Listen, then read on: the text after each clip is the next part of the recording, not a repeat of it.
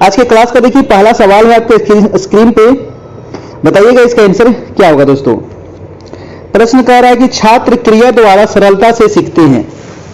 बच्चे जो होते हैं वो क्रिया करके, है ना, कोई भी काम करके जल्दी सीख जाते हैं।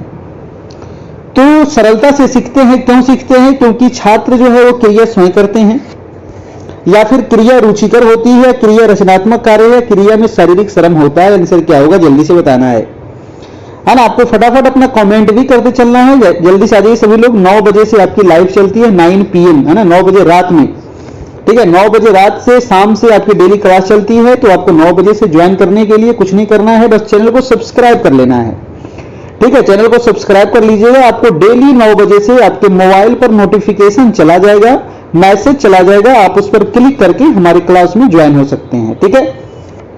पहला का आंसर क्या हो जाएगा? छात्र क्रिया द्वारा सरलता से सीखते हैं, क्योंकि छात्र जो होते हैं दोस्तों वो क्रिया स्वयं करते हैं, इसके वजह से, यानी कि आंसर हो जाएगा आपका आंसर नंबर ए हो जाएगा। दूसरा नंबर सवाल है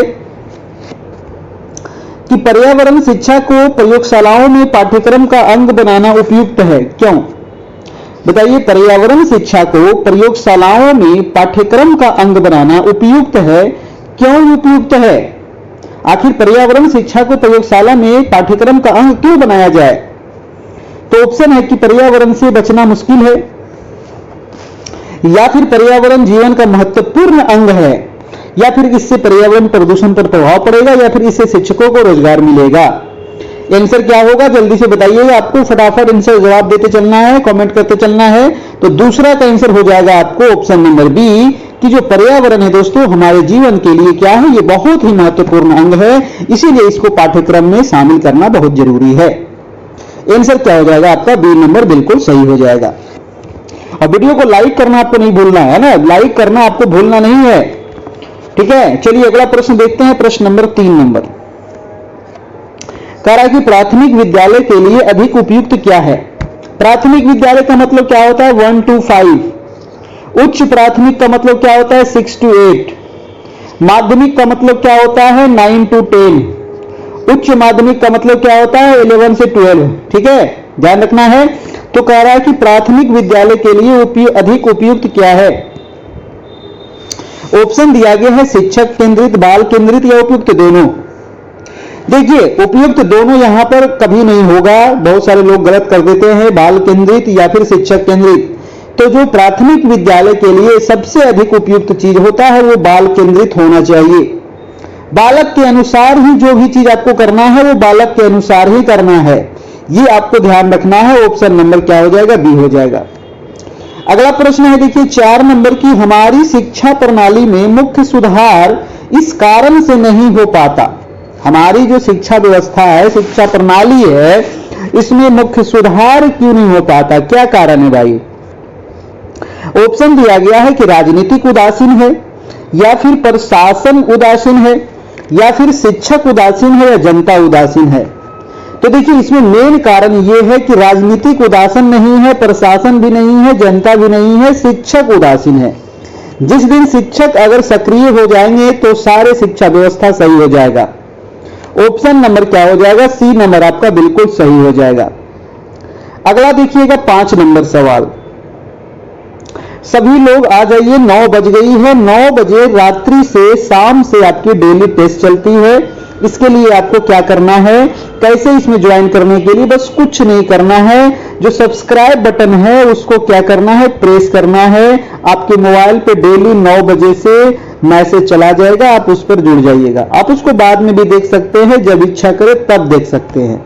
प्रश्न है कि अध्यापक जो है व्यक्तिगत भेदों को किसके द्वारा सबसे उपयुक्त ढंग से माप सकते हैं? बताइए, जो अध्यापक है दोस्तों, टीचर है, वो व्यक्तिगत भेद को किसके द्वारा सबसे उपयुक्त ढंग से माप सकते हैं? व्यक्तिगत भेद तो करना ही नहीं है ना। अगर कोई करता है तो इसको कैसे मापेंगे? विद्यार्थियों से निबंध लिखवा करके? गलत बात है। विद्यार्थियों को वाद विवाद प्रतियोगिता में भाग दिलवा करके, या फिर विद्यालय परीक्षाओं को परिणाम देखकर, या मनोवैज्ञानिक परीक्षण करके? तो इसका जो आंसर क्या हो जाएगा जल्दी से बताइएगा, बहुत सारे लोग कंफ्यूजन में होंगे। इसका आंसर हो जाएगा कि मनोवैज्ञानिक परीक्षण करने पर हम व्यक्तिगत भेदों को हम उपयुक्त ढंग से पता लगा सकते हैं। ऑप्शन नंबर हो जाएगा हमारा डी नंबर। नेक्स्ट प्रश्न है आपका प्रश्न नंबर 6 कि दृश्य सामग्री का महत्व निम्नलिखित में से किस प्रकार के छात्र के लिए कम लाभदायक होता है। देखिए, दृश्य श्रव्य सामग्री, बहुत सारे ये सब क्या है, दृश्य श्रव्य सामग्री श्रव्य सामग्री, है ना। तो ये सभी बच्चों को सीखने में हेल्प करता है कि नहीं। तो जो दृश्य सामग्री है इसका महत्व जो है दोस्तों कम लाभदायक होता है किस प्रकार के छात्र के लिए, जो पढ़ने में सामान्य स्तर के होते हैं या फिर जो उच्च स्तर के होते हैं, जो निम्न स्तर के होते हैं, जो आंखों से अधिक ज्ञान प्राप्त करते हैं। क्या होगा, देखिए इसका आंसर क्या होगा, जल्दी से बताइएगा। जो छात्र उच्च स्तर के होंगे, यानी कि जो ब्रिलियंट छात्र होंगे, प्रतिभाशाली छात्र होंगे, है ना, सृजनात्मक छात्र होंगे, तो उस प्रकार के छात्र को दोस्तों दृश्य सामग्री का कोई भी आवश्यकता नहीं है, इसीलिए वो कम लाभदायक होंगे, है ना, उसको कम फायदा होगा। यानी कि आंसर क्या हो जाएगा हमारा, ऑप्शन नंबर बी हो जाएगा, बिल्कुल सही। ठीक है, देखिए यहां पर आप, है ना, चाहे आप अभी से तैयारी करना शुरू किए हैं या फिर आप 2 साल से तैयारी कर रहे हैं, उससे कोई फर्क नहीं पड़ता है। बस जितना आपको मैं करवा रहा हूं बस उतना आप कर लीजिए, आपका रिजल्ट 100% हो जाएगा। जितना आपको पीडीएफ दिया गया है, जो डीएलएड वाला जो नोट्स दिया गया है ना, उसको आप जरूर पढ़ लीजिएगा। 70 पेज का जो डीएलएड का जो नोट्स है दोस्तों, है ना, सब्जेक्टिव जो नोट्स है, उसके अलावा जो ये ऑब्जेक्टिव करवाया जा रहा है, इसको आप करते चलना है, आपका रिजल्ट हो जाएगा। बस आप ग्रुप में जुड़ जाइए, है ना, आपको पीडीएफ वहां पर मिल जाएगा। प्रश्न है कि एक शिक्षक को अपने विद्यालय में किन छात्रों को अधिक महत्व देना चाहिए। और आप सभी का एग्जाम का भी डेट आ गया है, आ गया है कि नहीं आ गया है, पता है ना। एक शिक्षक को अपने विद्यालय में किन छात्रों को अधिक ध्यान देना चाहिए। उच्च वर्ग के बालकों को, तो वर्ग में तो बांटना ही नहीं है, इस प्रकार का ऑप्शन तो ऐसा ही गलत हो जाएगा। पिछड़े वर्ग के बालक को, तो ये भी गलत है। अनुसूचित वर्ग के बालक को, ये भी गलत है। सभी को भाई साहब समान महत्व देना है, चाहे वो उच्च हो, निम्न हो, कोई भी वर्ग से हो, सभी को समान रूप से हमें देखना है। ठीक है, अगला प्रश्न है आपका प्रश्न नंबर 8 नंबर, कह रहा है कि अनुसूचित जनजाति के छात्रों की प्रमुख समस्या क्या है, बताइए। अनुसूचित जनजाति, अनुसूचित जाति और अनुसूचित जनजाति यानी कि एसटी। ठीक है, तो एसटी के छात्रों की प्रमुख समस्या क्या है। ऑप्शन है कि विद्यालय में उनकी जाति के छात्रों की संख्या कम होना, या फिर उनकी जाति में शिक्षा का प्रचार प्रसार कम होना, या फिर अधिकतर परिवारों का गरीब होना, या फिर उपयुक्त सभी।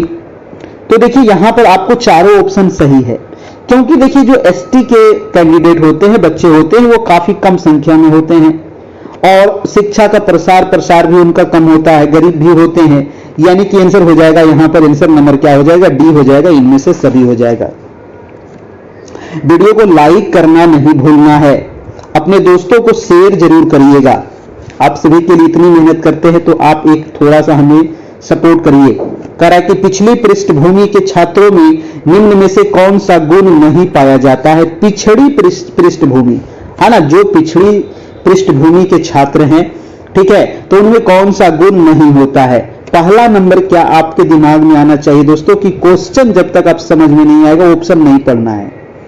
ठीक है, डीएलएड का जो क्वेश्चन होता है ना, या फिर कोई भी क्वेश्चन है, जब तक आप क्वेश्चन नहीं समझिए, आपको एक बार 2 बार तोड़ के क्वेश्चन पढ़ लेना है, समझ में आ जाए, उसके बाद ऑप्शन पढ़िएगा, आपको आंसर निकल के आ जाएगा, 100% आ जाएगा। ठीक है, ध्यान देना है। तो ऐसा कुछ चीजें हैं जो आपको आंसर करने में सहूलियत होगी। तो पिछड़ी पृष्ठभूमि के जो छात्र है, कौन सा गुण नहीं पाया जाता है, इसका आंसर क्या होगा, इसका आंसर हो जाएगा यानी कि ऐसे बालक में उपयुक्त शैक्षिक सुविधाओं की कमी होती है। ठीक है, ऐसे बालकों में उपयुक्त शैक्षिक सुविधाओं की कमी होती है, ऐसा गुण इसमें नहीं होता है, इस प्रकार का गुण नहीं होता है। पिछड़ी हो चाहे अगड़ी हो, कोई भी हो दोस्तों, शैक्षिक जो सुविधा है ये गलत बात है ना। इसका जो आंसर हो जाएगा वो बी नंबर हो जाएगा। नहीं पूछ रहा था तो नहीं हो जाएगा आपका। ठीक है, अगला प्रश्न है कि शिक्षण एक एवं सीखना होते हैं। शिक्षण एवं सीखना क्या होते हैं केवल कक्षा के कमरे में। तो जहां आपका केवल दिख जाए तो ऑप्शन गलत हो जाएगा, पहले उसको काट देना है। कक्षा के कमरे में और घर दोनों में, या फिर केवल घर में, केवल वाला भी ऑप्शन खत्म, हमारा आंसर निकल के आ जाएगा कक्षा के कमरे में और घर दोनों में शिक्षण एवं सीखना होता है। ऐसा थोड़ी कि खाली स्कूलों में सीख सकते हैं, बच्चे तो स्कूल से ज्यादा घर में रहते हैं, है कि नहीं, तो घर में सीखते हैं। इनसे हो जाएगा हमारा बी नंबर। अगला प्रश्न देखिएगा, प्रश्न नंबर है आपका 11। ये देखिए नंबर आपको दिया गया है जहां आप हमारे व्हाट्सएप से जुड़ सकते हैं 7857824310, जहां आपको सारे पीडीएफ नोट्स आपको मिल जाएगा। ठीक है, चलिए अगला प्रश्न है आपका प्रश्न नंबर 11 नंबर। एक छात्र कक्षा में आपको शिक्षक के रूप में गाली दे तो आप क्या करेंगे। हाँ ना, इस प्रकार के ही बच्चे होते हैं, उदंड बच्चे होते हैं थोड़े सारे। ठीक है, तो उसको कैसे समझाना है, कैसे हैंडल करना है, ये आपको आना चाहिए। कह रहा है गुस्से में आग बबूला होंगे, नहीं ऐसा नहीं करना है। बदले में गाली देंगे, ये भी गलत है। कारण पता लगाएंगे, या फिर अगला ऑप्शन है कि छात्र को ऐसा न करने के लिए समझाएंगे। देखिए सबसे मेन महत्वपूर्ण ऑप्शन ये है, आपको लगेगा कि ऑप्शन नंबर बी भी सही है, लेकिन यहां से ऑप्शन हो जाएगा कारण जानने का हम कोशिश करेंगे कि आखिर बच्चे ने इस प्रकार का व्यवहार क्यों किया। ठीक है, ऑप्शन नंबर सी हो जाएगा। अगला प्रश्न है आपका प्रश्न नंबर 12 नंबर। कह रहा है कि समूह का कोई सदस्य अपराध करने के बाद सच्चे दिल में क्षमा याचना करता है तो आप एक नेता के रूप में क्या करेंगे। ठीक है, समूह का जो कोई सदस्य है वो अपराध कर दिया है, गलत काम कर दिया है और सच्चे दिल से वो क्या कर रहा है, क्षमा याचना कर रहा है, तो आप नेता के रूप में क्या करेंगे, क्या करेंगे।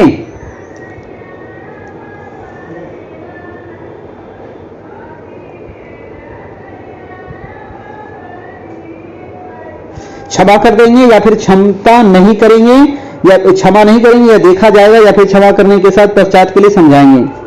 इसका आंसर हो जाएगा आप एक नेता के रूप में। दोस्तों देखिए यहां पर एक शिक्षक नहीं दिया है, एक नेता दिया है, हाँ ना, तो नेता कभी क्षमा करेगा, नेता नहीं क्षमा करेगा। ऐसे इसका आंसर क्या हो जाना चाहिए, ऑप्शन नंबर ए होना चाहिए, क्षमा कर देंगे। ठीक है, अगला प्रश्न है आपका 13 नंबर।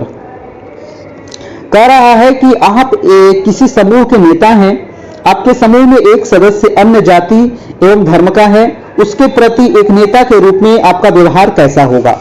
कैसा होगा, उदासीनतापूर्ण होगा, निष्पक्ष होगा, घृणा युक्त होगा या फिर सामान्य होगा। तो जो आपका व्यवहार होगा दोस्तों वो कैसा होना चाहिए, वो निष्पक्ष होनी चाहिए, ऑप्शन नंबर बी हो जाएगा। नेक्स्ट प्रश्न है आपका 14 नंबर। फटाफट आप लोग अपना अपना जवाब देते चलिएगा, है ना, अभी क्योंकि 75 सवाल यहां पर देखेंगे दोस्तों, टोटल 75 सवाल, और 75 सवाल ही आपको एग्जाम में पूछा जाएगा। कह रहा है कि आप अपने विद्यालय की फुटबॉल टीम का कप्तान किसे बनाना चाहेंगे। जी हां, किसे बनाएंगे भाई, प्रधानाध्यापक के पुत्र को बना देंगे। नहीं, ऐसा काम नहीं करेंगे। जो सभी अन्य खिलाड़ियों में क्या हो, प्रिय हो, या फिर जो उम्र में सबसे बड़ा हो, जो अच्छा खेलता हो, क्या होगा, तो जो सभी अन्य खिलाड़ियों में क्या हो, प्रिय हो, उसको बनाया जाता है कप्तान। ठीक है, अगला प्रश्न है आपका 15 नंबर, जो सारे टीम को क्या कर सके, हैंडल कर सके। 15 नंबर सवाल है कि बीएड समाप्त करने के बाद आप क्या पसंद करेंगे। बीएड समाप्त करने के बाद आप क्या पसंद करेंगे, घर में पास के विद्यालय में पढ़ाएंगे। ऐसा थोड़ी है कि आप बीएड कर लिए तो घर के पास में पढ़ाएंगे, कहीं भी मिलेगा तो पढ़ा देंगे भैया, है ना, चंद्रमा पर भी अगर मौका मिला तो वहां भी जाकर पढ़ा देंगे। ठीक है, यानी कि दोस्तों कहीं भी शिक्षण कार्य करेंगे, ऑप्शन नंबर हमारा सी हो जाएगा। अगला सवाल है आपका सवाल नंबर 16 नंबर। कह रहा है कि सीखना ऐसी प्रक्रिया है, सीखना कैसी प्रक्रिया है, कक्षा के कमरे तक सीमित है। ऐसा बात नहीं है कि शिक्षा कक्षा के कमरे तक ही सीमित है, कक्षा के कमरे और परिवार तक सीमित है, ये भी गलत है। प्रत्येक स्थान और प्रत्येक समय पर हो सकती है शिक्षा, ऑप्शन नंबर सी हो जाएगा बिल्कुल सही, है कि नहीं। ऑप्शन नंबर क्या है, सी नंबर आपका बिल्कुल सही है। प्रत्येक स्थान पर प्रत्येक समय आप कभी भी शिक्षा ग्रहण कर सकते हैं दोस्तों, है ना, बच्चा हो, बूढ़ा हो, जवान हो, कोई भी हो। अगला प्रश्न देखिएगा, प्रश्न नंबर है 17 नंबर। कह रहा है कि इससे पहले कि आप एक नए प्रक्रम का शिक्षण दे, आपको यह पता लगा लेना चाहिए। क्या पता लगा लेना चाहिए, कि कितने शीघ्र आप उसे पूरा कर सकते हैं, या कक्षा में कितने विद्यार्थी उपस्थित हैं, या वह उस प्रक्रम के संबंध में कितना जानते हैं, या इनमें से कोई नहीं। इसका आंसर हो जाएगा आपका ऑप्शन नंबर बी नंबर, यानी कि कक्षा में कितने विद्यार्थी उपस्थित हैं, ऑप्शन नंबर बी।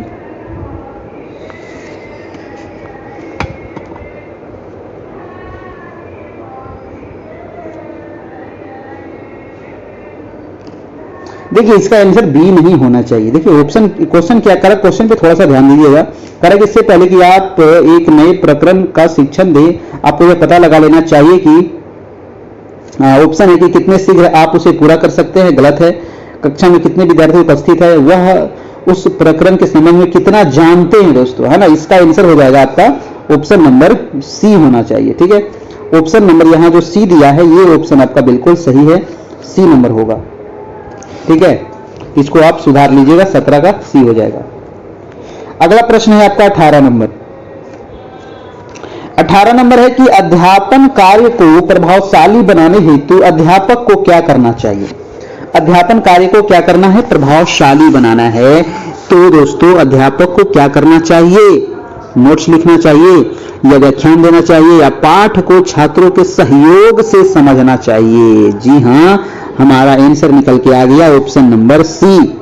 ठीक है, जो पाठ है, जो चैप्टर है, उसको छात्रों के सहयोग से समझना चाहिए, तो बच्चे अच्छे तरीके से समझ पाएंगे। ऑप्शन हो जाएगा सी नंबर। अगला प्रश्न देखिएगा, फटाफट जवाब देते चलना है। 19 नंबर के निम्नलिखित में से कौन सी शिक्षण विधि आपकी राय में सर्वश्रेष्ठ है। आपकी राय में कौन सी शिक्षण विधि सबसे श्रेष्ठ है। नोट्स देना, नोट्स दे देंगे तो क्या हो जाएगा, रट लीजिएगा। और क्या होगा, व्याख्या देना, या फिर व्याख्या एवं नोट्स का सम्मिलित रूप होना दोस्तों, या फिर सामूहिक परिचर्या। इसका आंसर हो जाएगा आपका ऑप्शन नंबर सी, यानी कि व्याख्या एवं नोट्स का सम्मिलित रूप होनी चाहिए। अगला प्रश्न है आपका प्रश्न नंबर 20 नंबर। 9 बजे से आपकी डेली टेस्ट होती है, तो आपको 9 बजे जुड़ जाना है। बहुत सारे लोग लेट से जुड़ते हैं, तो लेट से जुड़ते क्यों है, क्योंकि वो चैनल को सब्सक्राइब नहीं किया, आपके मोबाइल पे मैसेज नहीं गया है, तो सब्सक्राइब कर लीजिए, मोबाइल पे मैसेज चला जाएगा, वहां से आप जुड़ जाइएगा। प्रश्न है कि मानवीय संबंध निर्भर करते हैं, तो मानवीय जो संबंध है वो किस पर निर्भर करते हैं, धर्म की अवधारणा पर, या फिर जैविक एवं पर्यावरण अवधारणा पर, या मनुष्य की प्रकृति की अवधारणा पर, या फिर उपयुक्त सभी पर। तो ये सारे चीज हो सकते हैं, धर्म की अवधारणा, या फिर जैविक एवं पर्यावरण अवधारणा, मनुष्य की प्राकृतिक अवधारणा, या फिर उपयुक्त सभी। हमारा आंसर निकल के आएगा इनमें से सभी। चारों ऑप्शन आपका यहां से सही है, एक से अधिक आपका सही है। अगला है आपका 21 नंबर कि नैदानिक परामर्श में निहित है। नैदानिक परामर्श में क्या निहित है, निदान, उपचार, प्रतिरोधन, या फिर उपयुक्त सभी। क्या होगा, नैदानिक परामर्श में निहित है, तो यहां पर आंसर हो जाएगा उपचार। ठीक है, उपचार। यहां भी आपको उपयुक्त सभी देकर के नहीं मारना है, अपने दिमाग से काम लेना है, थोड़ा सा समझना है कि निदान है, प्रतिरोधन। प्रतिरोधन कैसे हो जाएगा, हो ही नहीं सकता है, उपचार होगा आपका। प्रश्न देखिएगा अगला 22 नंबर की, जेनसन तथा रिक्तियों के अनुसार निर्देशन के कार्य हैं। 5 कार्य हैं, 7 कार्य है, 8 है, या 3 है। तो जेनसन तथा रिक्तियों के अनुसार निर्देशन के दोस्तों 5 कार्य हैं। ऑप्शन नंबर हो जाएगा आपका ए नंबर। अगला प्रश्न है आपका, कौंसिली की दृष्टि से निर्देशन है। कौंसिली की दृष्टि से निर्देशन क्या है, समस्या समाधान करना, या क्षमता का सीमा तक विकास करना, या सभी प्रकार की प्रगति में सहायता करना, या फिर उपयुक्त सभी। तो यहां पर हमारा आंसर क्या हो जाएगा, कौंसिली की दृष्टि से निर्देशन जो है वो आपका सभी प्रकार से हो जाएगा, आपका उपयुक्त सभी हो जाएगा, एक से अधिक हो जाएगा। अगला प्रश्न है आपका 24 नंबर। 24 सवाल है कि व्यक्तिगत निर्देशन निम्न शैक्षिक स्तर पर दिया जाना चाहिए। व्यक्तिगत निर्देशन निम्न शैक्षिक स्तर पर दिया जाना चाहिए, पूर्व प्राथमिक, प्राथमिक, माध्यमिक, या फिर उपयुक्त सभी। तो व्यक्तिगत निर्देशन कब देना चाहिए दोस्तों, है ना, सभी स्तर पर आप दे सकते हैं, उसमें कोई समस्या आपका नहीं है। पूर्व प्राथमिक भी, प्राथमिक भी, माध्यमिक भी, है ना। आंसर हो जाएगा आपका आंसर नंबर डी। अगला प्रश्न है आपका 25 नंबर की, यौन निर्देशन सबसे अधिक निम्न आयु के छात्रों के लिए आवश्यक है। तो यौन निर्देशन, यौन की शिक्षा जो बच्चों को दी जानी चाहिए वो किस आयु में दी जानी चाहिए? शैशवावस्था, बाल्यावस्था, किशोरावस्था या फिर उपयुक्त सभी? तो सभी जानते हैं कि इसमें शैशवावस्था नहीं होगा, बाल्यावस्था भी नहीं होगा। जो किशोरावस्था होता है दोस्तों, इस उम्र में बच्चों को यौन की शिक्षा देनी बहुत ही जरूरी है, चाहे वो बालक हो या फिर बालिका हो। अगला प्रश्न है आपका प्रश्न नंबर 26 नंबर की कक्षा में नेता के रूप में आपका व्यवहार यदि पक्षपातपूर्ण हो तो क्या होगा? ऑप्शन है छात्र आप पर विश्वास नहीं करेंगे, छात्र आपको गाली देंगे, छात्र आपकी बात मानेंगे, या फिर आप कक्षा में लोकप्रिय हो जाएंगे, है ना। तो क्या होगा? कक्षा में नेता के रूप में आपका व्यवहार यदि पक्षपातपूर्ण हो तो छात्र जो है, बच्चे जो है आप पर विश्वास ही नहीं करेंगे। आंसर नंबर आपका ए निकल के आएगा यहां से, ठीक है। अगला प्रश्न है आपका प्रश्न नंबर 27 नंबर सवाल है दोस्तों, नेतृत्व गुण के लिए आवश्यक है। नेतृत्व गुण के लिए क्या आवश्यक है? पर्याप्त धन है, सामाजिक परिपक्वता है, उच्च बौद्धिक योग्यता है या सुंदरता है? क्या जरूरी है नेतृत्व गुण के लिए? तो नेतृत्व गुण के लिए आपका आंसर क्या हो जाएगा? सामाजिक परिपक्वता होनी बहुत जरूरी है। ऑप्शन नंबर बी हो जाएगा। अगला प्रश्न है 28 नंबर की, नेता को यह बात ध्यान में रखनी चाहिए कि समूह के सदस्यों में व्यक्तिगत भिन्नताएं पाई जाती है। बिल्कुल सही बात है। क्या आप इससे सहमत हैं? जी हां, इससे तो भैया हम पूर्ण सहमत है कि नहीं? पूर्ण सहमत है। ऑप्शन नंबर ए हो जाएगा। नेक्स्ट प्रश्न है आपका प्रश्न नंबर 29 नंबर। कह रहा है कि प्रधानाध्यापक के रूप में आपको अपने अध्यापकों के घर जाना चाहिए। आप एक प्रधानाध्यापक हैं तो प्रधानाध्यापक के रूप में आपको अपने अध्यापक के घर जाना चाहिए या नहीं जाना चाहिए? आमंत्रित करने पर समारोह में जाना चाहिए या फिर मुफ्त की चाय पीने के लिए जाना चाहिए या संकट के समय स्वेच्छा से या कभी नहीं? तो जाना चाहिए, लेकिन जब आपको आमंत्रण मिले तभी जाना चाहिए, है ना। झूठ मूठ के चाय पीने नहीं तो जाना चाहिए, ठीक है, नहीं तो चाय नहीं मिलने वाला है।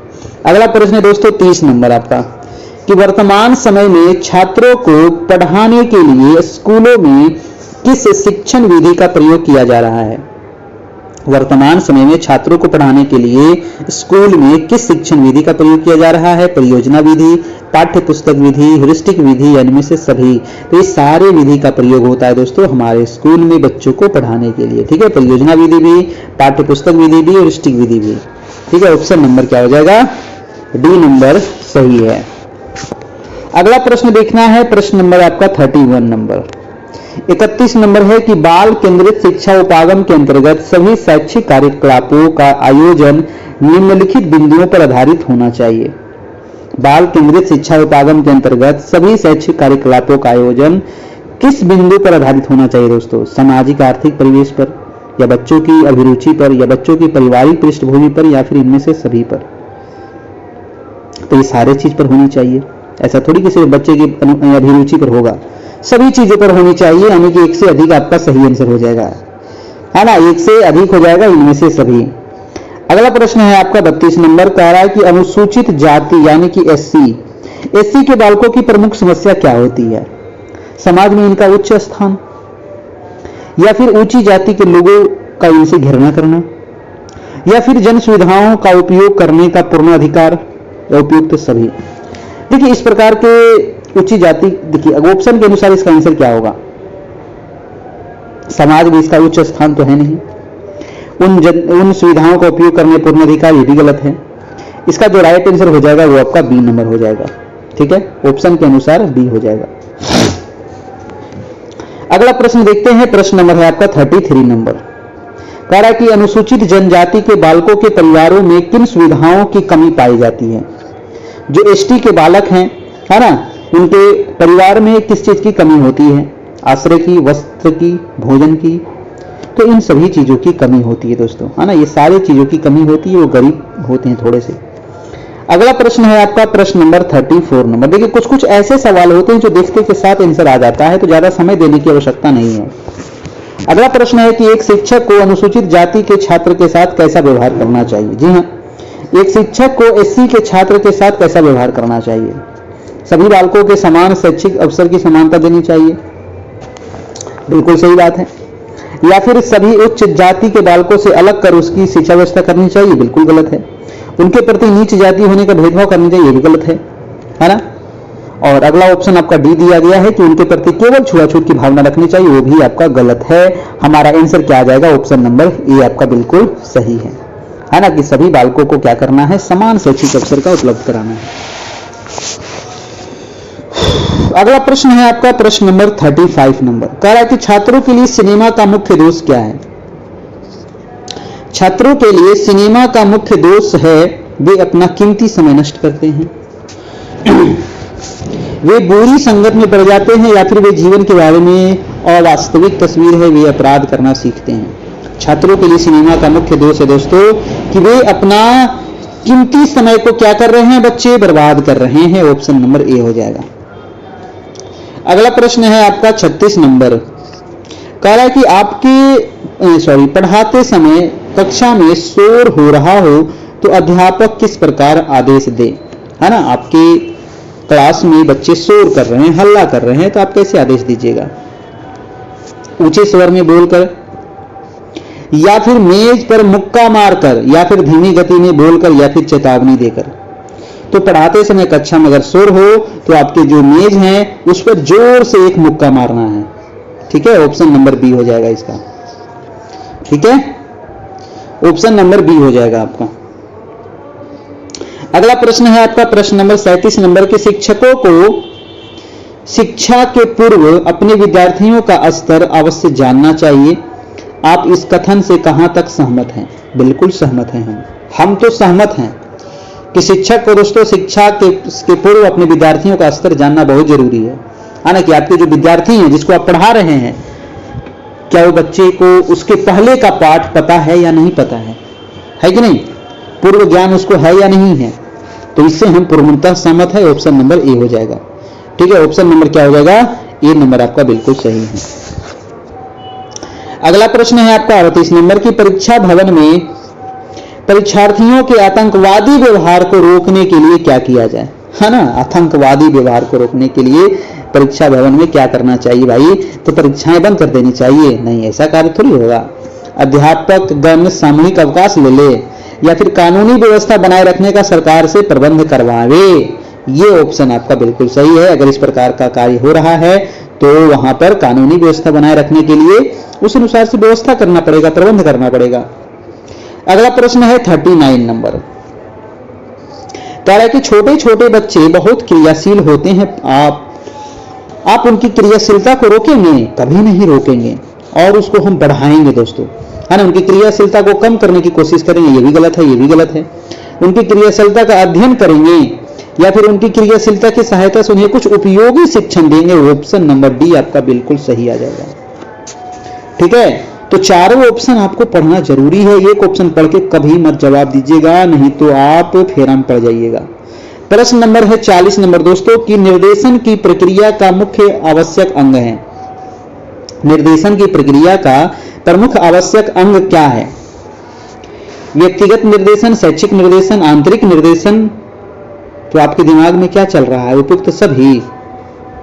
तो निर्देशन की प्रक्रिया का मुख्य पूछ रहा है दोस्तों, तो मुख्य आवश्यक अंग हो जाएगा आपका व्यक्तिगत निर्देशन, ठीक है। मुख्य अंग हो जाएगा व्यक्तिगत निर्देशन। अगला प्रश्न है आपका 41 नंबर, कह रहा है कि सभी आयु वर्ग के लिए कौन सा निर्देशन आवश्यक है? सभी आयु वर्ग के लिए कौन सा निर्देशन आवश्यक है? तो सभी आयु वर्ग के लिए जो निर्देशन आवश्यक है वो हो जाएगा यौन निर्देशन, ठीक है। आंसर नंबर बी नंबर, यौन निर्देशन। अगला प्रश्न देखिएगा 42 नंबर, कह रहा है कि विशिष्ट बालकों की प्रमुख प्रकार कौन से हैं? विशिष्ट बालकों के प्रमुख प्रकार कौन से हैं? दृष्टिबाधित, अस्थिबाधित, श्रवणबाधित, या उपयुक्त सभी। तो विशिष्ट बालक के लिए जो प्रमुख प्रकार हैं वो क्या हो जाएंगे? तो विशिष्ट बालक मतलब दृष्टि, अस्थि, श्रवण, है ना, ये सभी हो जाएंगे। ये सारे बालक क्या हो जाएंगे दोस्तों? तो विशिष्ट बालक के अंतर्गत आते हैं। और देखिए हमारे यहाँ आपको पीडीएफ नोट्स भी मिल जाएगा दोस्तों, पीडीएफ नोट्स भी आपको मिल जाएगा आपको प्रधान शिक्षक का, सारे पूरे सिलेबस का मिल जाएगा। ये नंबर आपको दिया गया है 7857824310। यही व्हाट्सएप नंबर है जहां आपको सारे मटेरियल मिल जाएंगे। ठीक है, चलिए अगला प्रश्न हम देख लेते हैं 43 नंबर। विशिष्ट बालक से क्या तात्पर्य है, बताइए तो। विशिष्ट बालक से क्या तात्पर्य है?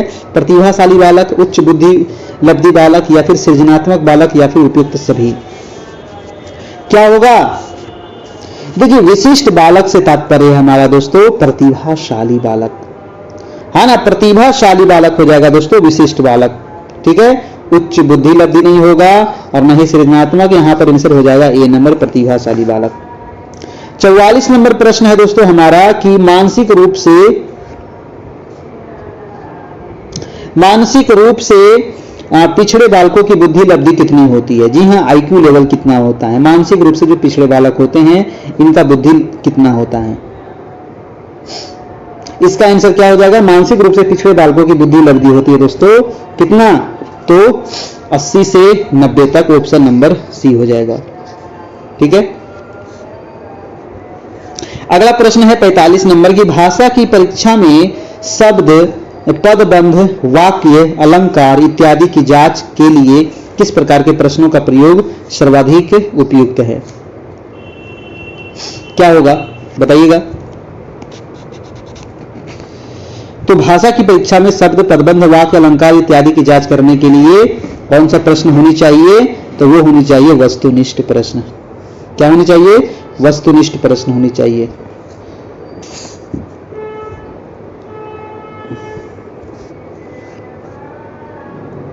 गलत सवाल, गलत आंसर हो जाएगा।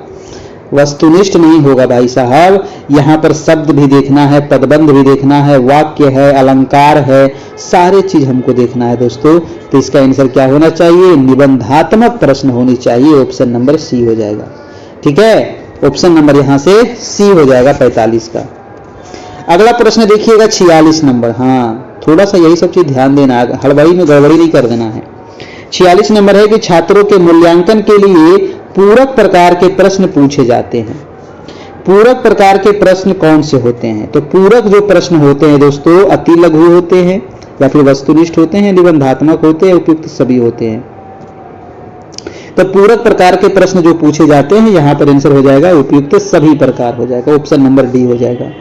अगला प्रश्न है आपका 47 नंबर, कह रहा है कि छोटे छोटे बच्चों को गणित पढ़ाने की खेल विधि के अंतर्गत आप क्या सिखाना चाहेंगे? तो जो छोटे छोटे बच्चे हैं गणित पढ़ाने की खेल विधि के अंतर्गत क्या पढ़ाएंगे? वस्तु को गिनना, वस्तु को कई भागों में बांटना, गणित की पहेलियों को हल करना, उपयुक्त सभी। ये सारी चीज तो गणित में आ जाता है, आपका खेल खेल में पढ़ा देंगे बच्चों को, ऑप्शन नंबर हो जाएगा डी नंबर। अगला प्रश्न है आपका 48 नंबर की सामूहिक खेलों से छात्र क्या होता है?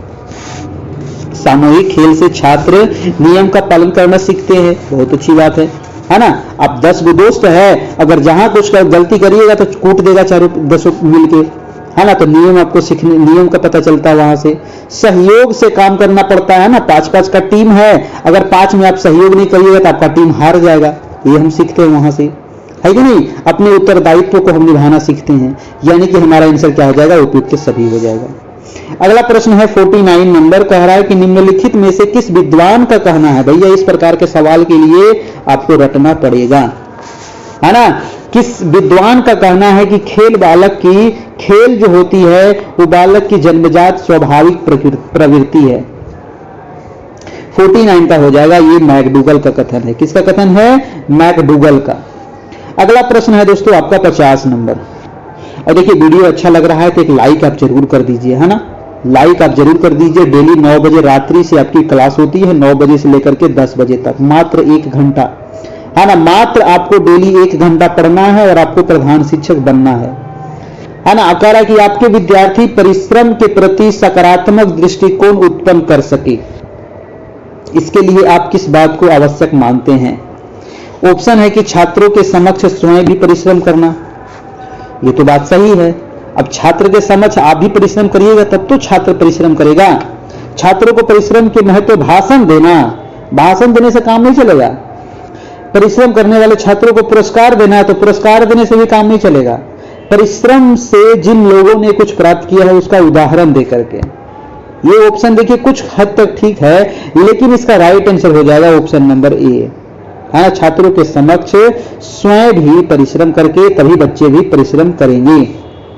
अगला प्रश्न है आपका 51 नंबर की, आपका कोई छात्र सिगरेट एवं तंबाकू नित्य सेवन करता है ना। आप में से कोई तो इस प्रकार का नहीं करता है ना, तंबाकू, गुटखा, पान, सिगरेट, खैनी, बीड़ी, ये सब नहीं खाना है, बहुत खराब चीजें हैं, ठीक है, नहीं सब करना चाहिए। आप ये सब करिएगा तो बच्चे भी देख के यही सब सीखेंगे, ठीक है ना। अपने समाज के, अपने घर के बच्चों को देख, जो भी देखेगा आपके बाल बच्चा, है ना, नाती पोता, आपके आस पड़ोस के, वो भी ये सब करना सीखेगा। इसीलिए इन सभी चीजों से दूर हो जाइए अगर कोई लोग इस प्रकार का करते हैं तो, ठीक है।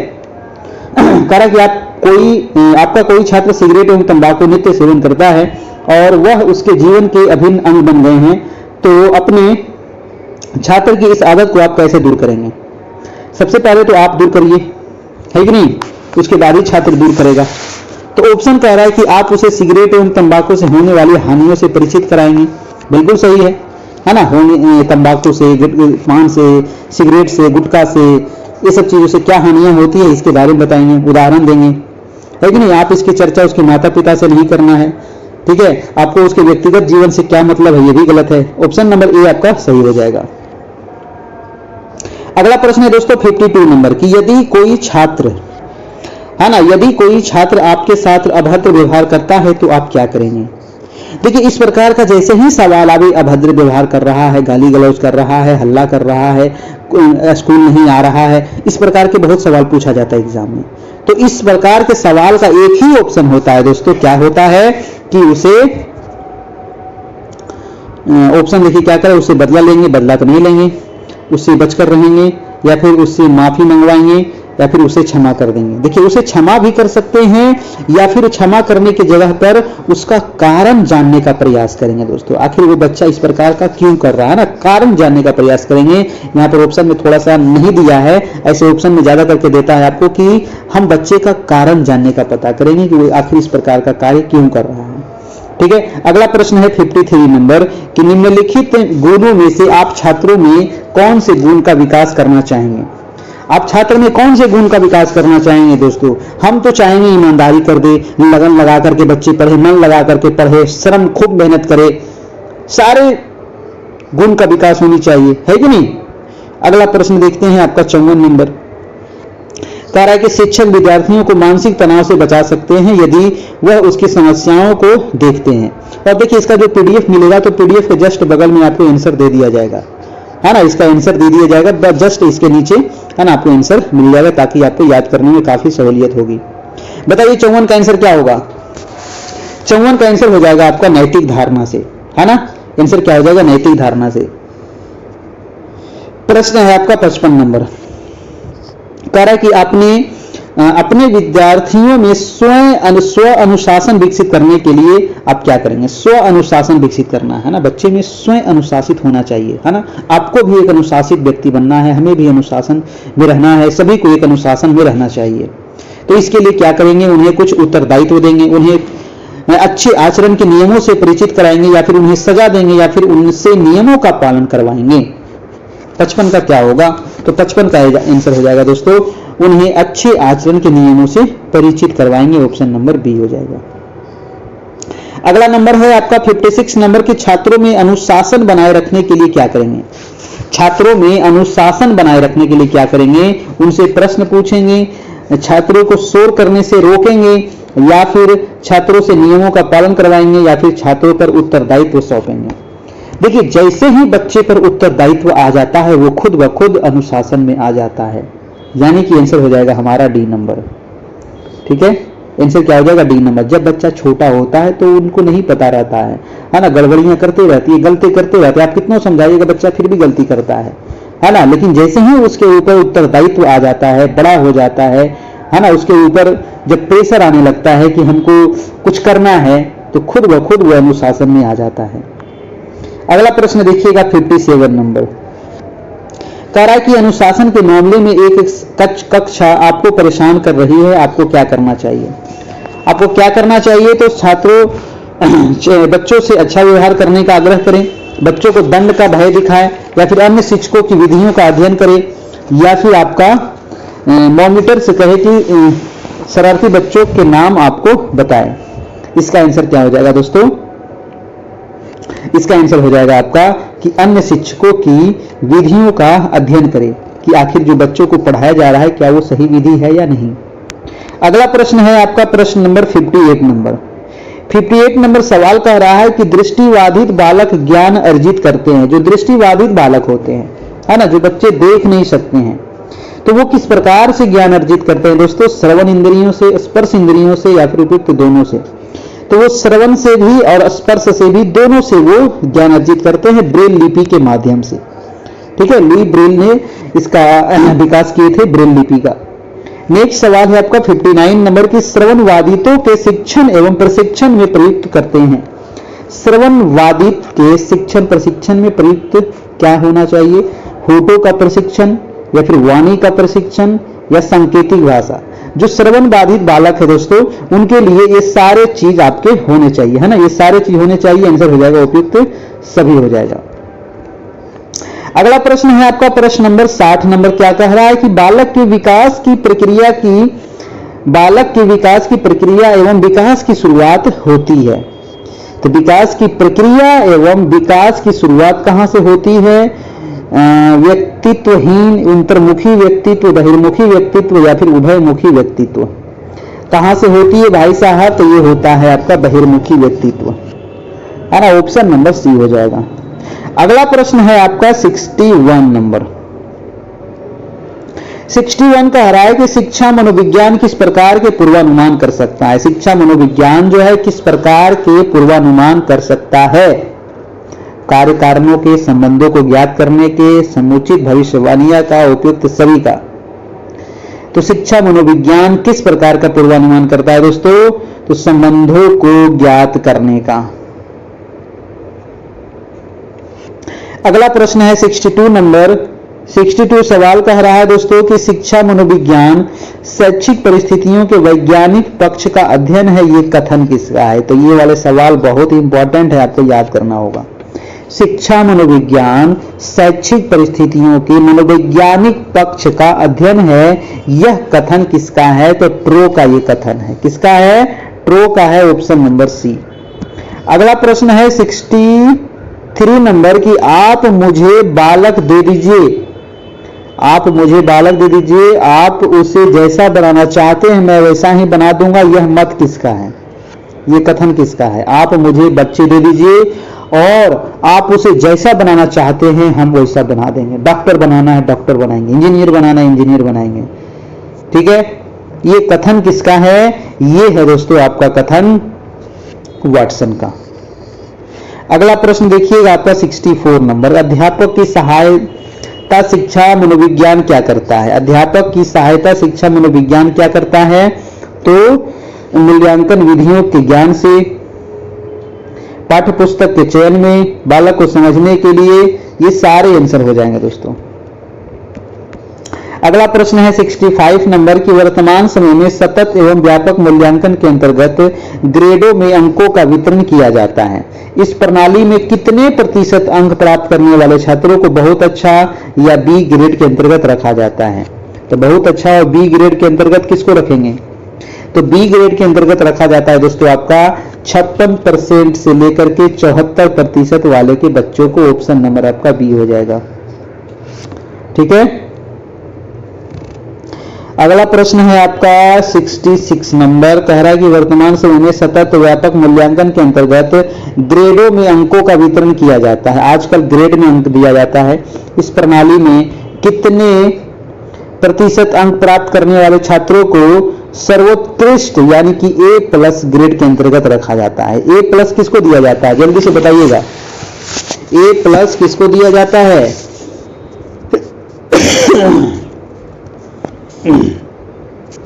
तो 66 का आंसर हो जाएगा दोस्तों। 90% से लेकर के 100% तक जो बच्चे नंबर लाते हैं उनको A ग्रेड दिया जाता है। अगला प्रश्न है आपका 67 नंबर। कह रहा है कि छात्र की उपलब्धि के मूल्यांकन के लिए सबसे बेहतर तरीका क्या हो सकता है? छात्र की उपलब्धि के मूल्यांकन के लिए सबसे बेहतर तरीका क्या हो सकता है? ऑप्शन है प्राप्तांकों के आधार पर श्रेणी प्रदान करना। या फिर ग्रेडिंग पद्धति का प्रयोग, तुलनात्मक विधि या फिर उपयुक्त सभी। देखिए आज के समय में ना ग्रेडिंग पद्धति पर ध्यान केंद्रित किया जा रहा है, यानी कि आंसर हो जाएगा बी नंबर। अगला प्रश्न है आपका 68 नंबर।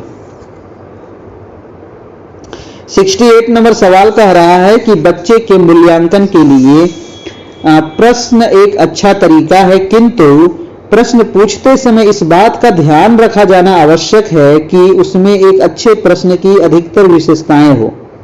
एक अच्छे प्रश्न की क्या विशेषता होनी चाहिए बताइएगा।